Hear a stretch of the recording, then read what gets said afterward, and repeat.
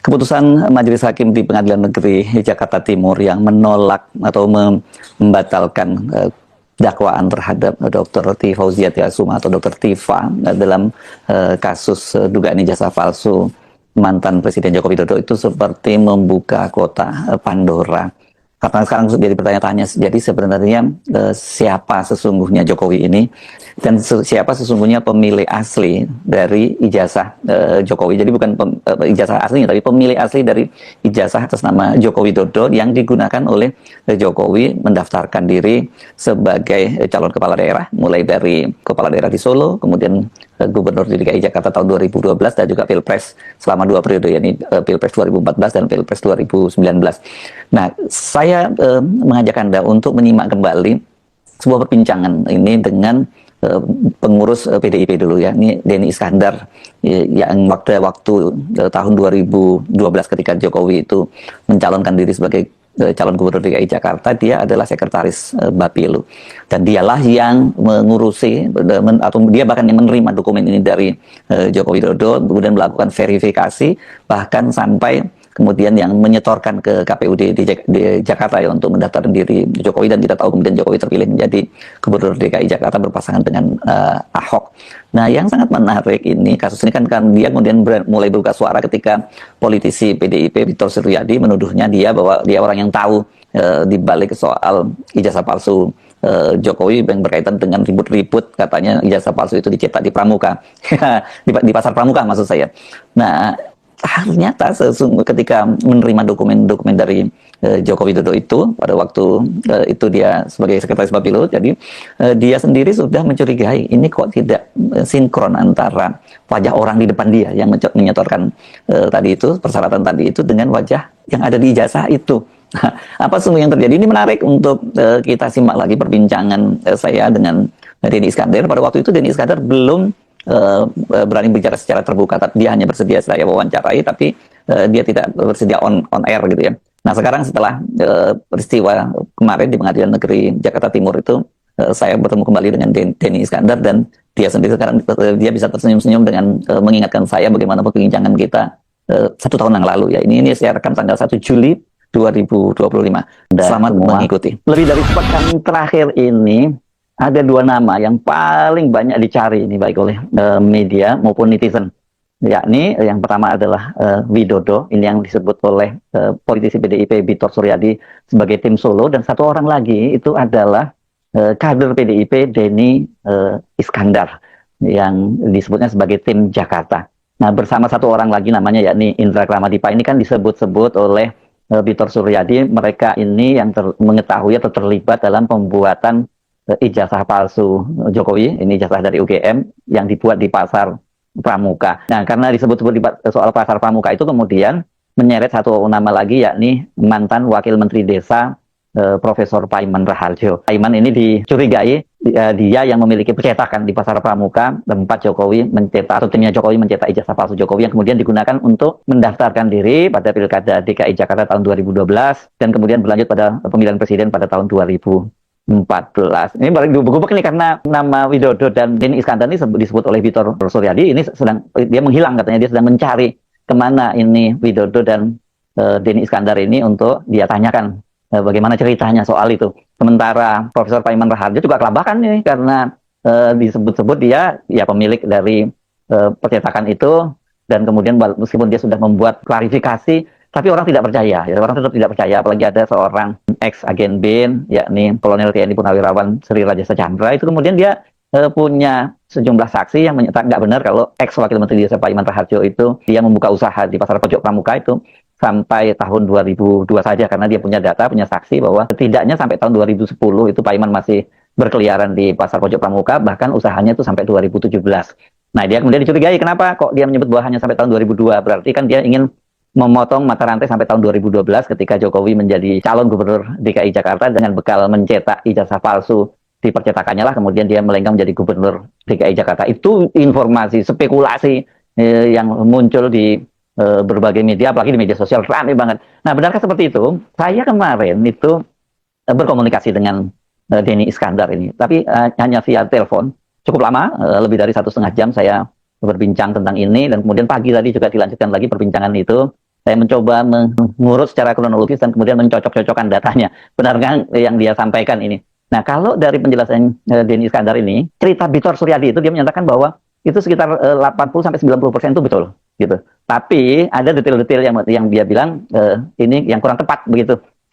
Nah, tentu semakin menarik ya. Dan lebih menarik lagi itu karena ternyata Denny Iskandar ini sendiri mengakui juga dia memang sempat melihat ijazah Jokowi, bukan hanya melihat ya, dia memproses ijazah Jokowi itu, dan pada waktu itu pun dia merasa sudah agak melihat keanehan. Dia belum curiga ya pada waktu itu. Dia melihat kejanggalan karena foto ijazah Jokowi itu dengan Jokowi yang ada di hadapannya itu berbeda gitu. Nah, saya tanyakan kepada dia, apakah ijazah yang disebut itu ijazah yang sekarang beredar ini, yang beredar di media sosial? Dia menyatakan itu. Iya, dan memang soal ini sempat banyak sekali dipersoalkan ya oleh netizen, dan sejumlah pengamat juga menilai ada yang berbeda ini antara ijazah Pak Jokowi fotonya itu di sini yang pakai kacamata dan kemudian wajah Pak Jokowi sekarang gitu, karena agak aneh kalau dulu pakai kacamata, kenapa sekarang Pak Jokowi tidak pakai kacamata. Kemudian juga ada mempersoalkan zaman dulu aturannya ijazah itu nggak boleh pakai kacamata. Jadi soal inilah yang mungkin menjadi makin rame gitu. Sayangnya ini Mas Denny Iskandar ini yang sekarang domisili di Surabaya, dia tidak mau untuk muncul, tapi dia memperkenankan saya untuk mengutip perbincangan dan mempublikasikan perbincangan itu. Tapi dia betul-betul mewanti-wanti jangan sampai kemudian menimbulkan kesalahpahaman. Karena menurut dia, ya kalau soal pemalsuan atau pembuatan ijazah palsu di Pasar Pramuka itu, dia sama sekali tidak terlibat. Bahkan sebenarnya sesungguhnya secara kronologis kita tidak tahu, boleh dikatakan dia tidak tahu menahu soal itu. Sementara kemudian soal sosok Widodo ini, nah ini yang menarik. Menurut Denny Iskandar, yang berurusan dengan dia sebelumnya berkaitan dengan kelengkapan administrasi Joko Widodo untuk menjadi calon gubernur itu bukan Widodo, tetapi yang berurusan dengan dia itu adalah namanya Muhammad Isnaini, yang belakangan ini kemudian dikenal sebagai ketua alap-alap Jokowi, ini relawan Jokowi. Dan satu orang lagi namanya adalah Eko Sulistyo, dia adalah ketua KPUD Solo, yang kemudian setelah Jokowi terpilih menjadi presiden karirnya melejit, dia masuk di KSP, dan terakhir dia itu menjadi komisaris di PT PLN Persero. Tapi belakangan dia kemudian mengundurkan diri ketika kemudian PDIP bersimpang jalan dengan Jokowi. Jokowi mendukung dan mengusung Prabowo Gibran, sementara kemudian Eko Sulistyo itu bergabung dengan timnya Ganjar Pranowo dan Mahfud MD. Jadi mereka juga berpisah jalan.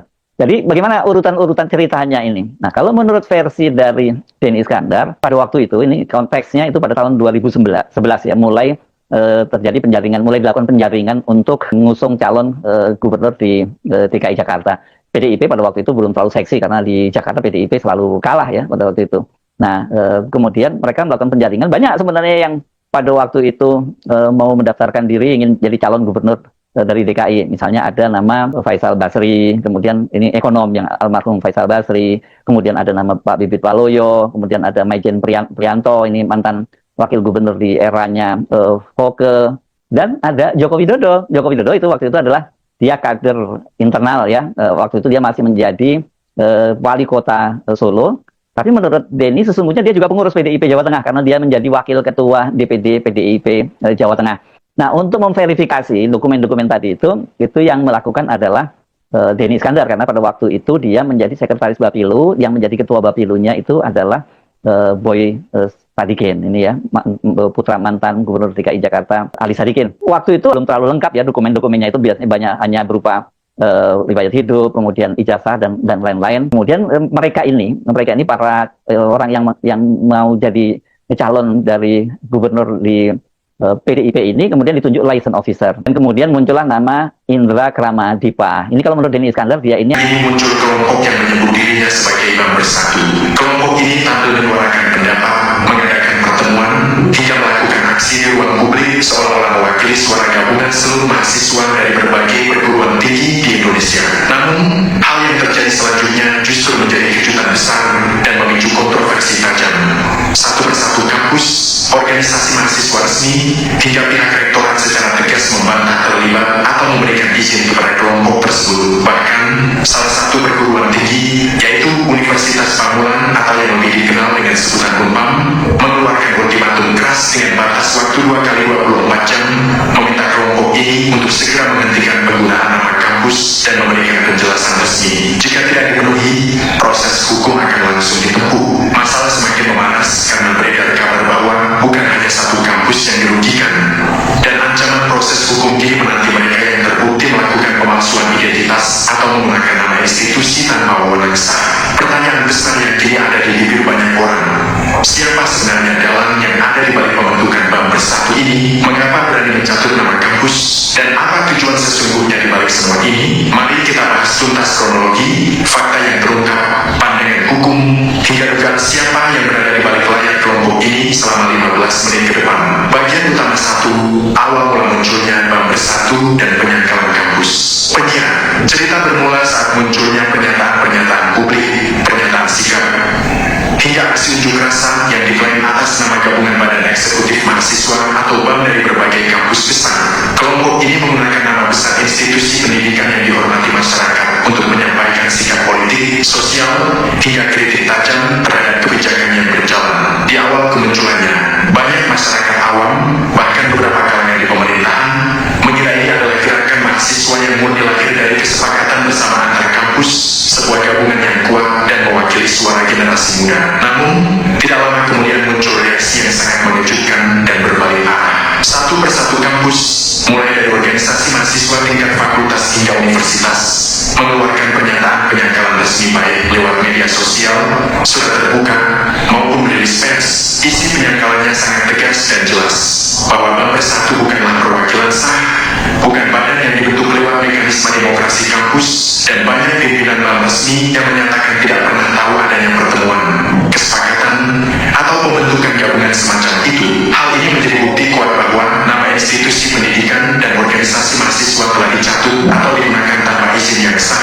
tanpa mandat, dan tanpa pertanggungjawaban ke dalam kampus masing-masing. Salah satu yang bereaksi paling keras dan terbuka adalah Universitas Pamulang. Pihak kampus melalui pimpinan mahasiswa maupun pimpinan rektorat memberikan ultimatum tegas, meminta kelompok yang menggunakan nama kampus mereka untuk segera menghentikan segala bentuk penggunaan identitas kampus, serta memberikan klarifikasi tertulis yang jelas dalam batas waktu 2x24 jam. Jika tidak dipenuhi, maka pihak kampus tidak segan-segan akan menempuh jalur hukum penuh untuk melindungi nama baik lembaga dan mencegah penipuan kepada publik. Bukan hanya Unpam, kampus-kampus lain di wilayah Jabodetabek hingga luar Jawa juga mulai menyusul mengeluarkan pernyataan serupa. Beredar juga kabar bahwa penyelidikan awal sudah mulai dilakukan pihak berwenang, mengingat penggunaan nama organisasi atau institusi tanpa izin jelas merupakan tindakan yang melanggar aturan, bahkan bisa masuk ranah pidana pemalsuan surat, pemalsuan tanda, hingga penipuan publik. Inilah yang dimaksud dengan kalimat proses hukum menanti yang sempat beredar luas dan menjadi peringatan keras. Bagian utama 2, dugaan dalang di balik layar dan motif gerakan. Penyiar, pertanyaan terbesar yang kini terus dicari jawabannya oleh publik adalah, siapa dalang di balik pembentukan BAM Bersatu ini? Mengapa mereka berani mencatut nama kampus lain? Dan apa keuntungan yang ingin didapatkan? Para pengamat gerakan mahasiswa, aktivis senior, hingga pengamat politik melihat pola yang cukup jelas dan sering terjadi di tengah dinamika politik nasional. Muncul dugaan yang cukup kuat bahwa kelompok ini bukanlah gerakan spontan mahasiswa yang lahir dari kesadaran sendiri, melainkan dibentuk, dibiayai, dan diarahkan dengan tujuan-tujuan tertentu yang melampaui kepentingan kampus. Ada beberapa kemungkinan motif utama yang disorot dan didiskusikan luas. Pertama, kepentingan politik praktis di tengah transisi pemerintahan. Suara mahasiswa secara historis sering dianggap sebagai penentu arah opini publik, penyeimbang kekuasaan, dan cerminan kebebasan berpendapat. Oleh karena itu, tidak jarang ada pihak-pihak tertentu yang ingin menciptakan kesan seolah-olah mahasiswa secara luas mendukung sikap atau kebijakan tertentu. Padahal kenyataannya itu hanya buatan kelompok kecil yang tidak memiliki legitimasi kampus. Kedua, membangun citra kekuatan semu. Dengan mencatut nama banyak kampus sekaligus, kelompok ini ingin terlihat besar, kuat, berjumlah banyak, dan memiliki pengaruh luas di mata masyarakat maupun pejabat negara. Padahal jika ditelusuri akarnya, mereka hanyalah kelompok kecil, terbatas, dan tidak memiliki dukungan struktural di dalam kampus masing-masing. Ketiga, adanya sosok-sosok di luar lingkaran mahasiswa yang mengatur. Dalam pemberitaan media terpercaya seperti Tempo dan berbagai pengamatan di lapangan, mulai terlihat jejak nama-nama individu tertentu yang sebenarnya sudah lama bukan mahasiswa, namun masih berusaha memanfaatkan lingkungan kampus untuk kepentingan di luar pendidikan. Ada juga dugaan adanya tokoh politik yang menggunakan jasa kelompok ini sebagai alat perjuangan politik tanpa harus tampil di depan. Masih belum ada nama yang disebut secara resmi sebagai dalang utama yang bisa dibuktikan di pengadilan. Namun, fakta bahwa banyak kampus membantah, memberikan ultimatum, dan mengancam jalur hukum membuat jejak yang tadinya tertutup perlahan mulai terbuka. Pihak kepolisian kepolisian dan tim hukum kampus pun mulai melacak siapa yang mendanai kegiatan, siapa yang mengkoordinasi pertemuan, dan siapa yang memberikan perintah utama di balik pembentukan kelompok ini. Bagian utama 3, dampak buruk dan pandangan hukum serta masyarakat. Penyiar, mari kita bahas lebih dalam dampak yang ditimbulkan kasus ini serta pandangan lengkap dari berbagai pihak terkait dari kalangan mahasiswa dan kampus. Sebagian besar organisasi mahasiswa merasa sangat dirugikan baik secara materi maupun nama baik. Gerakan mahasiswa yang selama ini dikenal sebagai garda terdepan kebenaran, penjaga moral, dan pengawas sosial, citranya justru tercoreng karena ulah kelompok taksa ini. Banyak mahasiswa merasa malu dan kecewa karena nama mereka disalahgunakan untuk kepentingan lain. Mereka menegaskan kembali kebebasan menyampaikan pendapat di kampus dijamin konstitusi, namun tidak boleh dengan cara menipu, mencatut nama orang lain, atau mengatasnamakan yang bukan haknya. Ultimatum dari Unpam kini menjadi sinyal keras bagi seluruh perguruan tinggi bahwa kampus tidak mau diam saja jika nama institusinya disalahgunakan. Dari kalangan ahli hukum, para praktisi hukum, dan akademisi hukum menyatakan dengan tegas bahwa tindakan mencatut nama organisasi atau kampus tanpa izin tertulis yang melanggar pasal-pasal dalam kitab undang-undang hukum pidana, khususnya mengenai pemalsuan surat, penggunaan tanda palsu, hingga penipuan. Jika terbukti ada pihak yang mendanai, mengarahkan, atau menjadi dalang di belakangnya, maka mereka juga bisa dikenakan pasal yang sama sebagai penyelenggara atau pembantu tindak pidana. Proses hukum bisa berjalan mulai dari laporan resmi kampus, penyelidikan kepolisian, hingga persidangan pengadilan yang terbuka. Dari kalangan pengamat politik dan sosial, mereka mengingatkan kembali ciri khas gerakan mahasiswa yang asli, lahir dari kesadaran sendiri, tidak terikat pada kekuatan politik tertentu, berani menyuarakan kritik kemanapun, dan memiliki akar kuat di lingkungan kampus. Sebaliknya, jika ada gerakan yang tiba-tiba muncul, tampil seragam, selalu berbicara satu arah, namun tidak dikenal di lingkungan kampusnya sendiri, maka patut dicurigai sebagai alat politik atau kelompok buatan. Reaksi publik luas, masyarakat kini semakin waspada dan teliti. Banyak yang mengaku sempat percaya bahwa Bank Bersatu mewakili suara mahasiswa, namun setelah muncul berita penyangkalan, mereka merasa tertipu dan belajar untuk lebih berhati-hati. Hal ini menjadi pelajaran penting bagi kita semua untuk selalu mengecek keaslian informasi, asal-usul kelompok, dan keterwakilan sebelum mempercayai berita yang beredar. Penutup, penyiar, demikianlah pembahasan lengkap dan mendalam mengenai isu yang sedang hangat diperbincangkan di seluruh Indonesia. Catut nama kampus, Bank Bersatu ultimatum, siapa dalang di belakangnya. Kita sudah menelusuri bagaimana kelompok ini muncul dengan klaim yang besar, bagaimana kampus-kampus bereaksi membantah, hingga ultimatum tegas yang diberikan Universitas Pamulang. Kita juga membahas dugaan motif politik, dampak bagi gerakan mahasiswa, pandangan hukum, hingga jejak siapa yang mungkin ada di balik layar. Isu ini mengajarkan kita satu prinsip dasar yang sangat berharga. Kebebasan berpendapat harus selalu dibarengi dengan kejujuran, tanggung jawab, dan kejelasan identitas. Menggunakan nama institusi atau orang lain tanpa izin bukanlah bentuk kebebasan, melainkan penipuan yang memiliki konsekuensi hukum nyata. Kita semua berharap proses klarifikasi, penegakan aturan, hingga penyelesaian hukum berjalan transparan, adil, dan tidak dipengaruhi kekuasaan manapun. Semoga kebenaran tentang siapa dalang sebenarnya bisa segera terungkap ke permukaan demi ketertiban dan kepercayaan publik. Ingatlah semangat kita bersama, NKRI harga mati. Persatuan, kejujuran, dan kebenaran adalah fondasi kuat bagi kemajuan bangsa dan generasi muda penerus negeri ini. Assalamualaikum warahmatullahi wabarakatuh. Salam sejahtera untuk kita semua. Selamat datang kembali di channel Jejak Fakta, channel yang selalu mengulas isu-isu politik dan peristiwa nasional dari berbagai sudut pandang. Sebelum kita mulai, saya mengajak teman-teman untuk menekan tombol like, subscribe, aktifkan lonceng notifikasi agar tidak ketinggalan video terbaru dari Jejak Fakta. Teman-teman, sebagian bagian dari keluarga PDI Perjuangan, kita selalu diajarkan untuk berdiri di atas kebenaran, keadilan, dan transparansi. Partai kita ini adalah partai Wocelit yang berani menyuarakan fakta demi kepentingan rakyat dan bangsa. Hari ini kita dihadapkan pada polemik terus menggelinding di tengah masyarakat terkait keaslian ijazah Presiden Jokowi. Isu ini bukan lagi sekedar rumor, melainkan sebuah tanda tanya besar yang butuh jawaban pasti. Muncul indikasi dan bukti visual yang memperlihatkan bahwa foto di dalam dokumen ijazah tersebut diduga kuat bukan foto wajah Jokowi. Sebagian pendukung PDI Perjuangan yang rasional, kita tidak boleh tinggal diam atau sekedar menghindar. Isu ijazah ini harus diselesaikan secara tuntas dan elegan. Kita tidak ingin nama baik partai ikut terbebani oleh polemik berlarut-larut.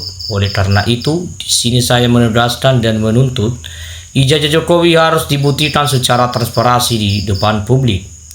Buka dokumen aslinya, lakukan verifikasi terbuka, dan tunjukkan kebenarannya di hadapan rakyat.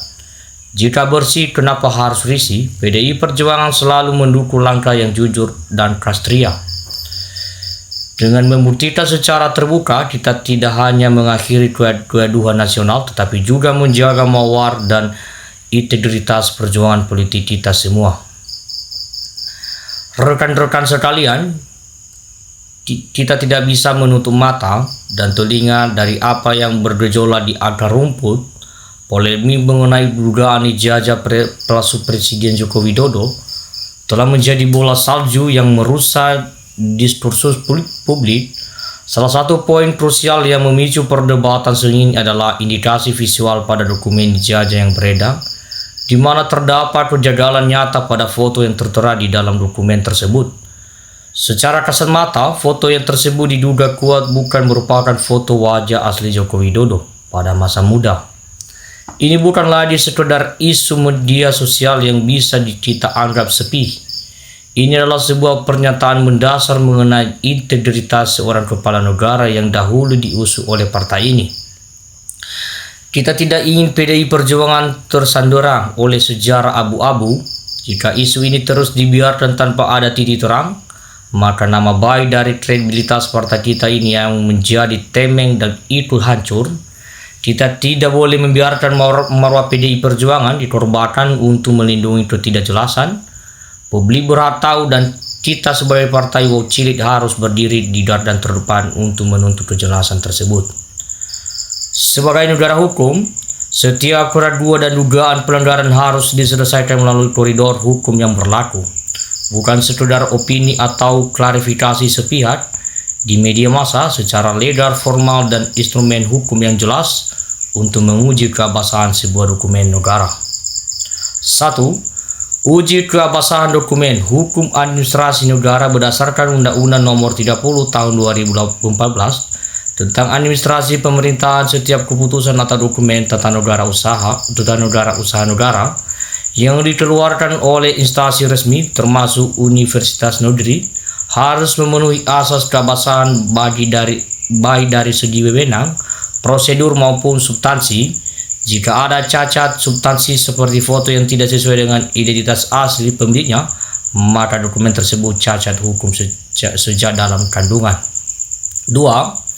Aspek hukum pidana. Pemalsuan surat ijazah terbukti ada manipulasi visual atau identitas dalam ijazah. Hal ini masuk dalam ranah pelanggaran pasal 263 Kitab Undang-Undang Hukum Pidana KUHP tentang pemalsuan surat atau pasal 391 Undang-Undang 1/2023 KUHP baru terkait pemalsuan dokumen publik. Ancaman hukumannya sangat serius karena mencederai kepercayaan sistem administrasi negara. 3. Keterbukaan informasi publik berdasarkan Undang-Undang Nomor 14 Tahun 2008 tentang keterbukaan informasi publik, Undang-Undang KIP. Dokumen rekaman akademis seorang pejabat publik yang digunakan sebagai syarat menduduki jabatan negara bukanlah informasi yang dikecualikan secara mutlak. Jika menyangkut kepentingan publik dan hukum, rakyat sebagai pemberi mandat berhak mendapatkan transparansi penuh. Lalu, bagaimana proses yang harus ditempuh agar pembuktian ini sah, berkekuatan hukum tetap, dan menyudahi segala kegaduhan? Kita menuntut proses pembuktian dilakukan melalui tahapan-tahapan legal berikut. 1. Audio forensik digital dan fisik harus dibentuk tim independen yang terdiri dari ahli peta laras, ahli forensik kertas, dan ahli fotografi forensik.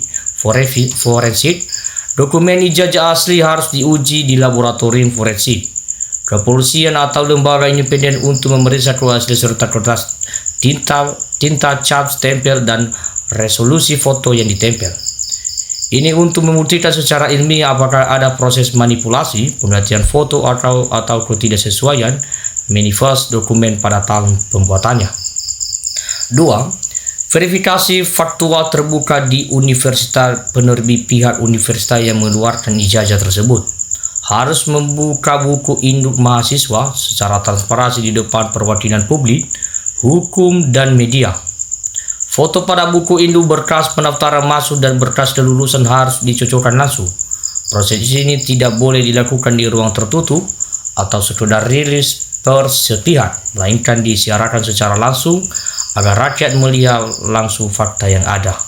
3. Mekanisme gugatan informasi dan persidangan. Jika proses administrasi tersumbat, maka jalur Komisi Informasi Pusat KIP hingga gugatan ke Pengadilan Tata Usaha Negara (PT-UN) atau Pengadilan Negeri harus ditempuh. Di dalam persidangan itulah di bawah sumpah, dokumen asli wajib digelar di depan hakim yang mulia.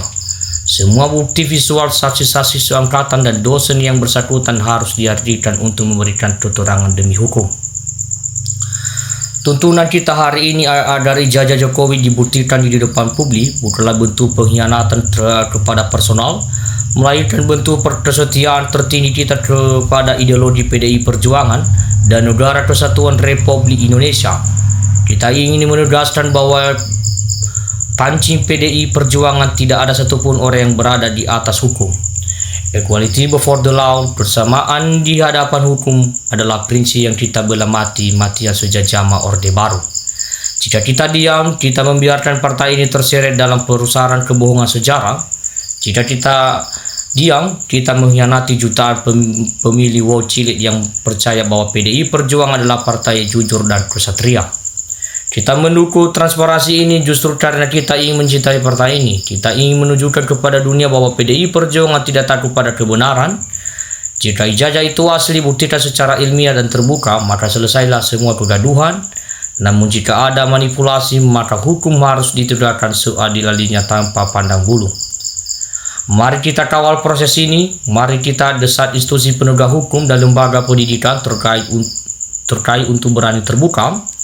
Jangan biarkan bahwa partai ini runtuh hanya karena kita takut menyuarakan apa yang benar. Tetap rampatkan barisan, jaga integritas, dan biarkan kebenaran memimpin jalan kita. Merdeka, merdeka. Karena inilah prinsip jejak fakta, bukan siapa yang paling keras, tetapi siapa yang mampu menunjukkan fakta. Jangan lupa like, subscribe, aktifkan lonceng notifikasi channel Jejak Fakta. Tulis pendapat kalian di kolom komentar. Menurut kalian, apakah polemik ini akan segera berakhir atau justru masih akan terus berlanjut? Tetap kritis, tetap bijak, dan jangan mudah percaya informasi yang belum terbukti. Saya pamit. Wassalamualaikum warahmatullahi wabarakatuh. Terima kasih.